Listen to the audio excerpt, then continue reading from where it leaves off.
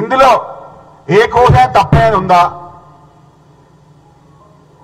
ముఖ్యమంత్రి రేవంత్ రెడ్డి గారు పదే పదే మీరు అసెంబ్లీకి రా అంటే రాకుండా కేవలం ప్రజల సొమ్ము 49,50,000 రూపాయలు 18 నెలల నుంచి కల్వకుంట్ల చంద్రశేఖరరావు గారు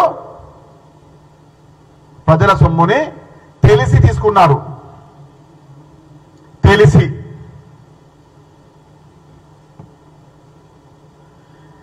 నేనేమంటున్నా అంటే ముఖ్యమంత్రిగా పనిచేశారు 10 ఏళ్ళు, ప్రతిపక్ష నాయకుడిగా పనిచేస్తున్నారు 18 ఏళ్ల నుంచి.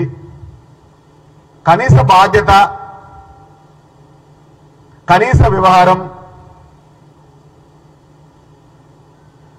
అసెంబ్లీకి రాకుండా మీరు ఏ విధంగా తీసుకుంటారో మీ విజ్ఞతకి వదిలేస్తాం.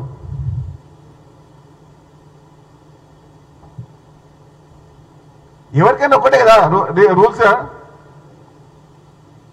ఎవరికైనా ఒకటే రూల్స్. ప్రజలకు, ఒక సామాన్య ఉద్యోగికి, అసెంబ్లీకి సభ్యునికి, శాసనమండలి సభ్యునికి, మున్సిపల్ సభ్యునికి, జిల్లా పరిషత్ సభ్యునికి, సర్పంచ్ వార్డు మెంబర్కి, పార్లమెంట్ సభ్యునికి, అందరికీ ఒకటే రూల్స్.